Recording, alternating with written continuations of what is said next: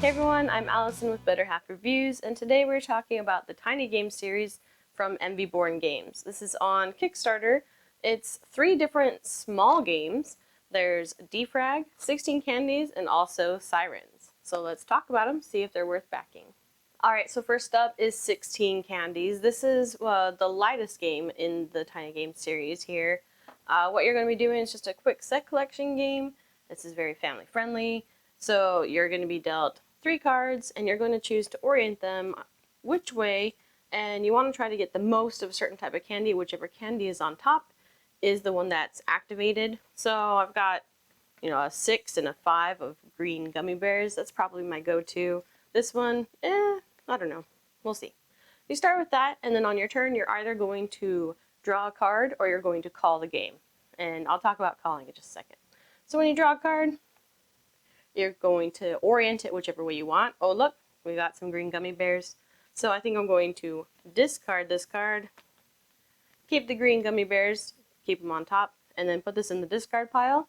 The person who goes next can either choose a random card off the top, or they can take the card that you just discarded. Say it comes back to my turn again, and I call saying, hey, I think I have the most candy. Everybody else gets one more turn, and then we're going to reveal our cards and see who has the most candy. In your game, you have these health points. They're little tiny licorice pieces. This is your currency in the game. So if I call and I say that I have the most, and I do end up having the most, I'm going to gain 2 more of these into my pile. If I call and I end up being the last player, I'm going to lose, see all these little black licorice pieces? I'm going to lose that many from the top, plus 1 more for being in last and calling. So in this game, you want to try to call when you're pretty sure you're right, or if not, you want to try to stay in the middle. If you didn't call and you're like you at the top or in your middle, nothing happens. But no matter what, you don't want to be last. You don't want to have the lowest amount, because then you're going to lose that many number of licorices. And once you're out of licorice, you're out of the game. Another quick rule I want to mention is if you end up getting the 4, 5, and 6 of one particular candy, that immediately ends the round and you are the winner for that round. Of course, there is a first player marker, and then you will rotate who gets to be first player each round. And there are some cards that are wild, so no matter which way you put it, it's wild, so it would count as like 3 gummy bears. That's the gist of the rules, and that's 16 candies. Okay, so in Defrag, this is a hand management grid puzzle type game. It's a little bit more thinky, and what you're going to be doing is you have these cards laid out in a little 3x3 grid with the hole in the middle, and then you're going to start placing cards in whatever gaps you have in your grid and trying to manipulate the cards around it and move cards on top and try to make different stacks, because at the end of each round, there's 4 rounds, you're going to be scoring one of the 4 icons that are in the game. So let's see, for example, this one has 3 different little graph charts on top. I'm like, ooh, 3 is a lot. Maybe I want to try to go for like stacking some of the graph ones together. So just to show you the anatomy of the card, you have the different types of symbols that are around the sides of the cards. And then you also have the window, and the window will show you the current action that is available, or like a smaller symbol of what action is on the back. So you have front and back of your cards that you get to choose to place down. So whatever I'm placing down, you look at the icons around it and the cards around it, and if those icons match, you can rotate those individual cards however you want. Then you follow up with the action. So this one says that I can move a card to, this is like backwards to me, the left. And so you can choose to move a card either in the column or the row that this card is in. You're not moving this card, you can move all the cards around it. So if I had another card like right here and I'm like, ooh, this one matches up with these icons, I'll move it to the left. So if I had this orientation and this was the card that I placed, it says you can move a card to the left.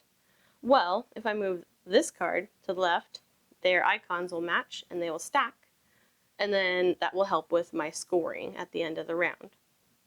Or if it was like this and I wanted to move the card to the left, these icons on the top don't match, what they would do is just simply swap places.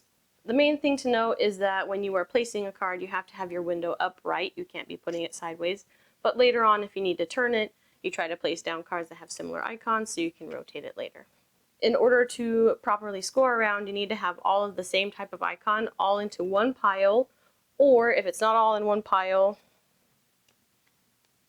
like this one, say I wasn't able to stack it, you need to have it so that the window is not upright, meaning that it's inactive, and so some other type of file or whatever is active. So as long as you meet those criteria, you'll be able to score up your stack, and then you just write down your score on this little dry erase board, and then you continue on. And whatever cards that you had left over that you used for scoring up that round, that's becoming your hand for the next round. You shuffle it up, you get rid of one card, and then you start. So some rounds, if you have a lower score, you're obviously going to have smaller numbers of cards, and if you're able to score up a lot of cards, you may have a longer round with more cards in your hands. And remember, once you score one of these, you have to move on and score one of the other three. You cannot score the same icon twice in a game. And you don't have to go in any order, it's your choice. There are some cards that let you move cards like up and down, left and right, and there's some special cards that let you kind of like jump it around. There's some special icons that I won't talk about that's in the rulebook for some more variations.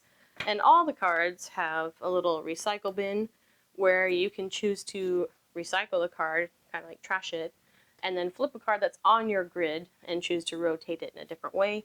And that just gives you some different options to change it up, or you need to really do something different rather than just placing down that card. The last one is Sirens, and I don't have a physical copy of this game because I played it at Dice Tower West, but what you're going to be doing is drafting different cards, and you're trying to play them out to make a siren song.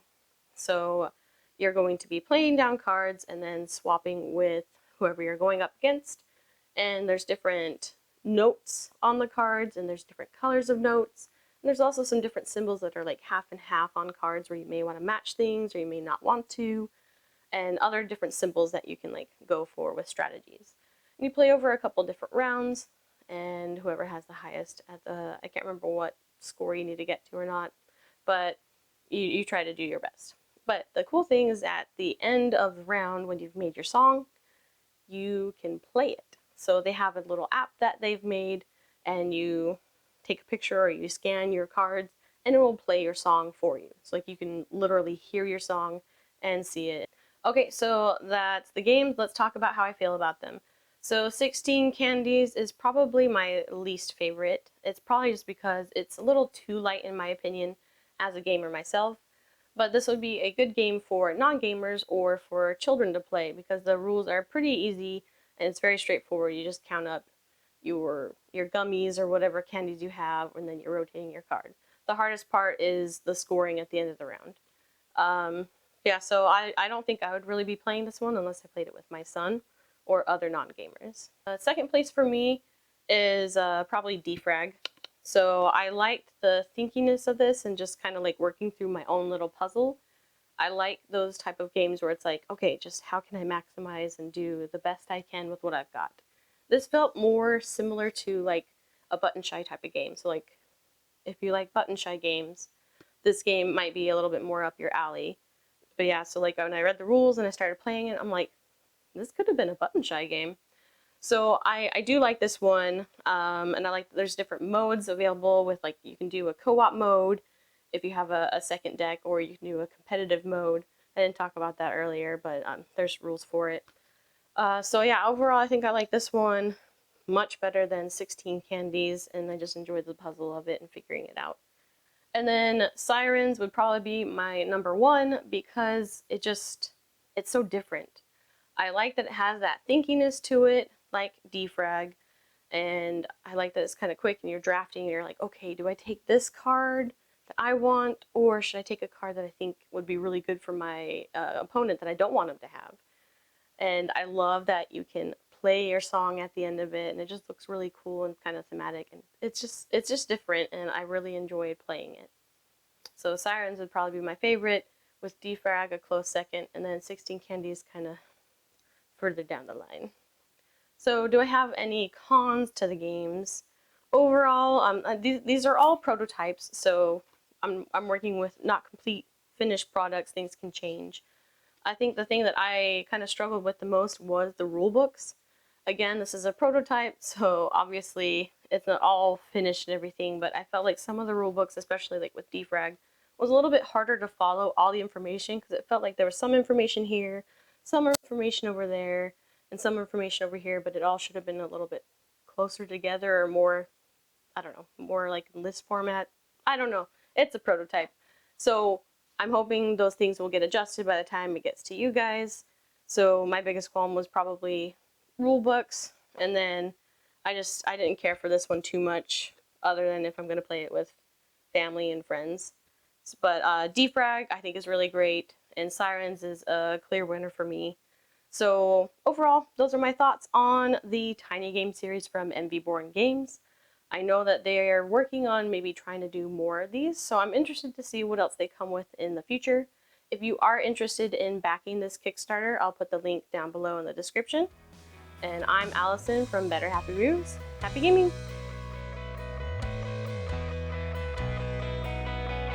Why did I put it on top? Come out. There we go. That's a terrible card. That's a terrible card. There we go.